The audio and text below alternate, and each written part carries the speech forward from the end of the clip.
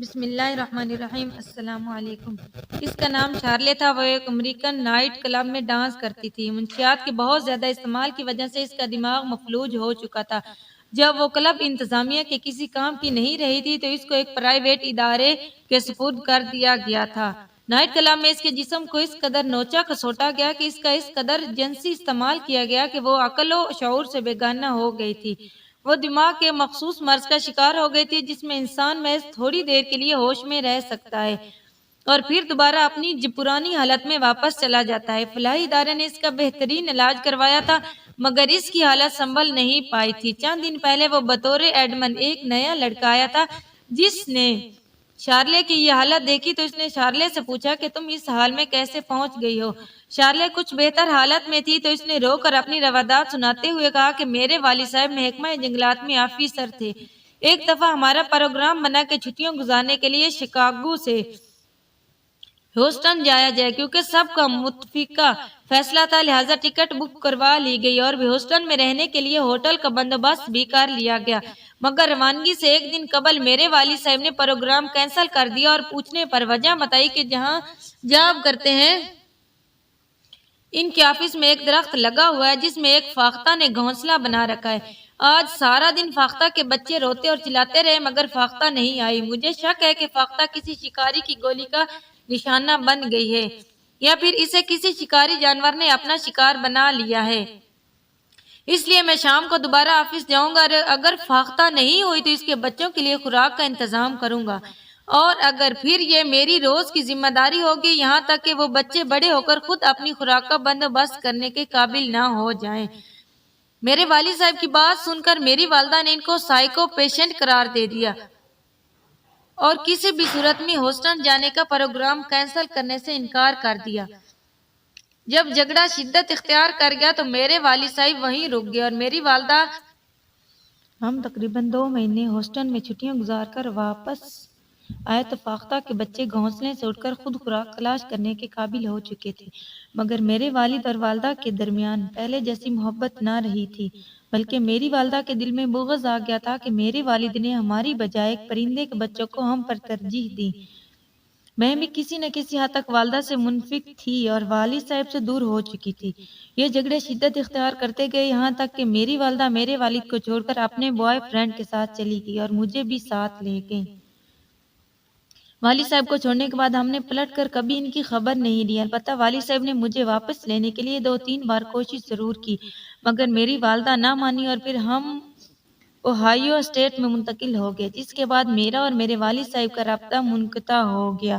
جب میری ماں بوڑھی ہو گئی تو ان کے بوائے فرینڈ نے میرا جنسی استحصال کرنا شروع کر دیا۔ یوں ایک بار پھر میری والدہ اور ان کے محبوب کے درمیان میری وجہ سے تنازع کھڑا ہو گیا۔ میری والدہ کے بوائے فرینڈ نے انہیں گھر سے نکال باہر کیا اور وہ ایک اولڈ ہوم میں منتقل ہو گئیں۔ اس کے بعد وہ بہت عرصے تک میرا جنسی استعمال کرتا رہا اور مجھ میں کوئی مناسب جگہ اور سہارا ڈھونڈتی رہی کیونکہ جب تک مجھے کوئی سہارا نہ ملتا میں اس شخص کے سوا کہیں اور نہ جا سکتی تھی۔ پھر مجھے ایک نائٹ کلب میں جا ملی تو میں نے والدہ کی بوائے فرینڈ کو چھوڑا اور یہاں ملازمت کرنے لگی اور یہیں رہائش پذیر ہو گئی۔ یہاں بھی میرے جسم کا جنسی استعمال مسلسل ہوتا ہے۔ مجھے شراب اور نشہ مختلف قسم کی منشیات زبردستی پلائی جاتی ہیں یہاں تک میں مکمل طور پر ناکارہ ہو کر رہ گئی تو مجھے اس ادارے کے سپرد کر دیا گیا اور آج میں جس حالت میں ہوں آپ کے سامنے ہوں۔ شارلے کی بات سن کر نئے آنے والے ایڈمن نے اسے سینے سے لگا کر تسلی دی اور بتایا کہ جس شخص کو تم لوگوں نے محض اس کی رحم دلی کی وجہ سے چھوڑ دیا تھا اس شخص کو بعد میں اللہ تعالیٰ نے ہدایت بخشی اور وہ مسلمان ہو گیا۔ میری والدہ ایک ایرانی خاتون ہے۔ اس شخص نے میری والدہ سے شادی کر لی۔ یوں میں نے جنم لیا اور میری پرورش خالص اسلامی ماحول اور نظریات کے مطابق کی گئی۔ آج میرے والد بزرگ ہیں اور گھر میں آرام کرتے ہیں اور میں ان کی خدمت کرتا ہوں۔ نہ صرف میں خود ان کی خدمت کرتا ہوں بلکہ ان کا خیال رکھنے کے لیے میں نے 2 نرسوں کو ہائر کر رکھا ہے اور رشتے کے اعتبار سے تم میری بہن بنتی ہو۔ تمہارے اور تمہاری والدہ کے متعلق میرے والد صاحب نے ہم کو سب کچھ بتا رکھا ہے۔ انشاءاللہ تم بہت جلد صحت یاب ہو جاؤ گی اور راہ ہدایت کی طرف لوٹ آؤ گی۔ بطور بھائی میں ہر ممکن تمہارا خیال رکھوں گا۔ مگر ایڈمن کی یہ باتیں سننے سے پہلے شاید شارلے دوبارہ اپنی پرانی کیفیت میں جا چکی تھی اور اسے کچھ ہوش نہیں تھا کہ کون کیا ہے اور کیا کہہ رہا ہے، والد اور بھائی کی لاکھ کوشش کے باوجود شارلے کی حالت میں کوئی بہتری نہیں آئی اور نہ ہی وہ دین اسلام کی طرف آ سکی، یہاں تک کہ لاشعوری کیفیت کے دوران ہی اس کی موت واقع ہو گئی۔ اس کی موت کے سارے اخراجات اس کے والد اور بھائی نے اٹھائے اور اس کے بعد اس کے والد صاحب نے بتایا کہ دین اسلام سچ کہتا ہے، کوئی بھی نیکی اچھائی چھوٹی نہیں ہوتی، اللہ تعالیٰ جب چاہے کسی کو ہدایت کی طرف پھیر دے اور اگر چاہے تو بستر مرگ پر پڑے ہوئے بھی ہدایت نصیب نہ ہو۔ وہ ایڈمن بتاتا ہے کہ مجھے پہلی بار احساس ہوا کہ اسلام میں رحم دلی کا کتنا بڑا اجر ہے۔ میرے والد صاحب فقط اپنی فیملی کی وجہ سے اللہ تعالیٰ کے اتنے قریب ہوئے کہ راہ ہدایت کی طرف پلٹ گیا، جبکہ میری سوتیلی والدہ اور بہن جو کہ میرے والد کی پہلی اولاد اور بیوی تھی، انہوں نے حد سے تجاوز کیا تو اللہ تعالیٰ نے ان کو دونوں جہانوں سے دھتکار دیا اور وہ اس جہان میں بھی نشان عبرت بنی، اور جن لوگوں کی خاطر انہوں نے حد سے تجاوز کیا انہی کے ہاتھوں ذلیل ہوئی اور یقیناً آخرت میں بھی ان کے لیے دردناک عذاب ہوگا۔ میرے والد صاحب نے ہماری ایسی تربیت کی ہے کہ ہم کوئی چھوٹی سے چھوٹی نیکی یا چھوٹے سے چھوٹے اچھے عمل کو ہاتھ سے نہیں جانے دیتے اور ان کی اس بات پر ایمان کے ہاتھ سے یقین رکھتے ہیں کہ کوئی بھی نیکی چھوٹی نہیں ہوتی، اور سب سے بڑھ کر یہ کہ ہمارے دل میں انہوں نے اپنی طرح کی رحم دلی ڈال دی ہے۔ ہم انسان تو کیا جانوروں پر بھی ترس کھاتے ہیں، ترحم کرتے ہیں اور اس کے بدلے میں اللہ تعالیٰ سے امید رکھتے ہیں کہ اللہ تعالیٰ دونوں جہانوں میں ہمیں اپنی رحمت سے نوازتا رہے گا۔ میری دعا ہے کہ اللہ تعالیٰ امت مسلمہ کو بھی اپنی رحم میں رکھے اور ان کے مسلمان کے دل میں بھی رحم پیدا کرے، آمین ثم آمین۔ اختتام تحریر۔ دوسرا واقعہ، وہ آپٹیکل فائبر کے بزنس سے وابستہ ہیں، دبئی میں مقیم ہیں، ان کا تعلق انڈیا سے ہے، وہ دبئی میں بیٹھ کر 16 ممالک میں بزنس کر رہی ہیں۔ ان کا 16 ممالک میں بزنس کرنا کوئی بڑی بات نہیں، مگر حیرانی کی بات یہ ہے کہ اس کام کے لیے انہوں نے 4 مینیجر رکھے جو 6 گھنٹے بزنس دیکھتے، اور مینیجر کو ان کی منہ مانگی تنخواہ فقط اس بات کے لیے دی جاتی ہے کہ وہ ڈیوٹی کا بعد کا سارا ٹائم اپنی فیملی کے ساتھ گزاریں گے۔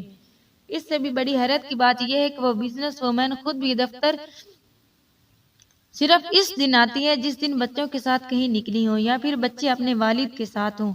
کسی مینیجر نے ان خاتون سے پوچھا کہ آپ کا کام ایک مینیجر سے بھی چل سکتا ہے، آپ نے پھر 4 مینیجر کیوں رکھے؟ دوسرا، بزنس کا سب سے بڑا اصول ہے کہ آپ بزنس سے بچا ہوا ٹائم فیملی کو دیتے ہیں، جبکہ اس اصول کے بھی خلاف عمل کرتی ہیں، یعنی فیملی سے بچا ہوا ٹائم بزنس کو دیتی ہیں۔ مینیجر کی بات سن کر خاتون مسکرانے لگی، یہاں تک ان کی آنکھوں سے پانی بہنے لگا۔ میں آنکھوں سے بہنے والے پانی کی وجہ سے تب تک زیادہ ہنسنے کو سمجھتا رہا تب تک کہ ان بزنس وومن کی سسکیاں نہ سنائی دینے لگی۔ ان کو روتا دیکھ کر مینیجر پریشان ہو گیا، ان کو تسلی دی۔ جب خاتون کچھ سنبھل گئی تو انہوں نے بتایا کہ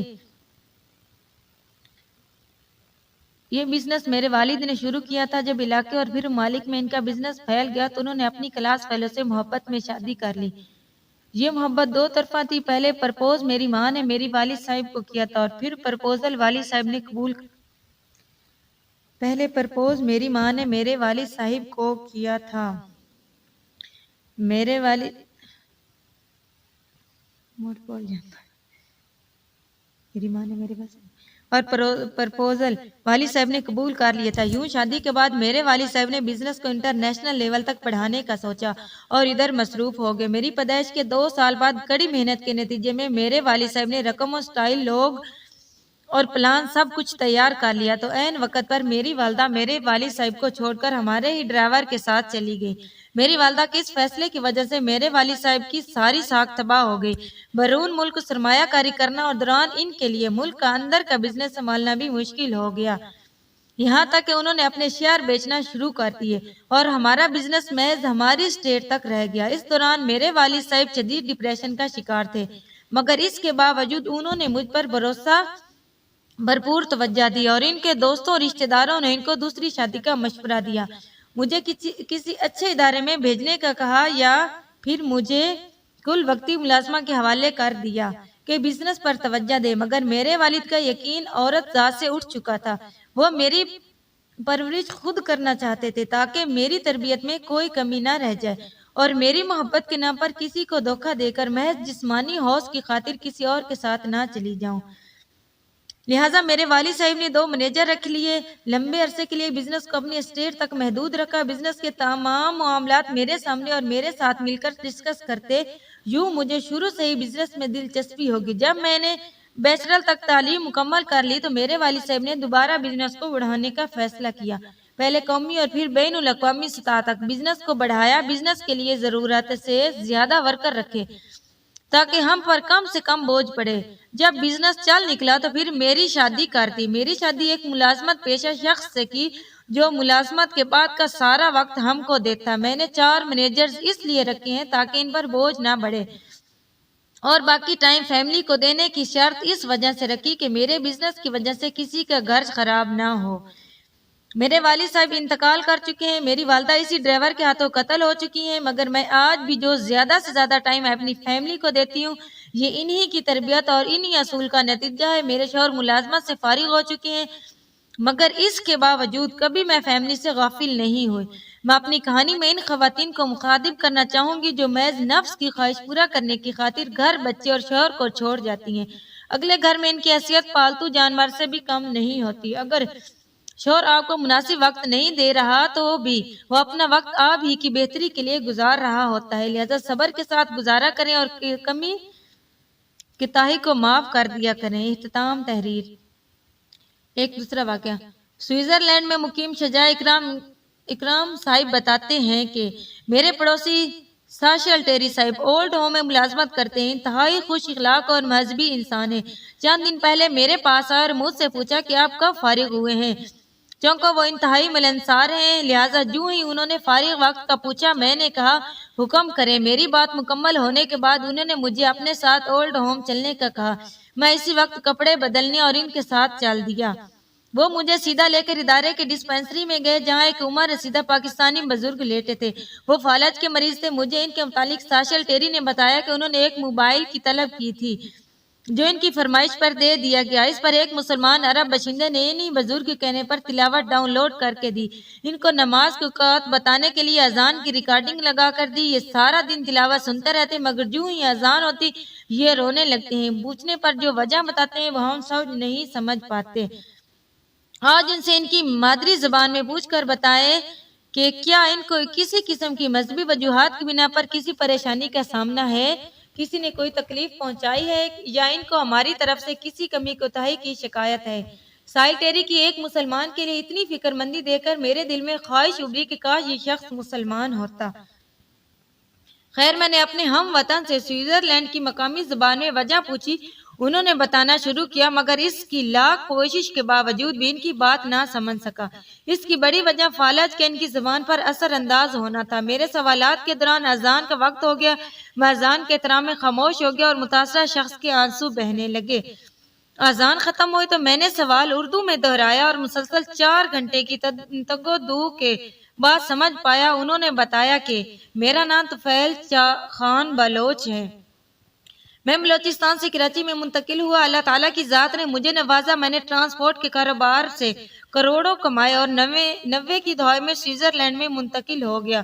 کاروباری اور عام زندگی کے دوران مجھ سے ایک شخص نے زیادتی ہوئی اور وہ میرا گیٹ کیپر تھا۔ میں اکثر اوقات عصر کے وقت گھر پہنچ جاتا تھا۔ میرے پہنچنے پر میرا گیٹ کیپر زیادہ تر نماز پڑھ رہا ہوتا تھا۔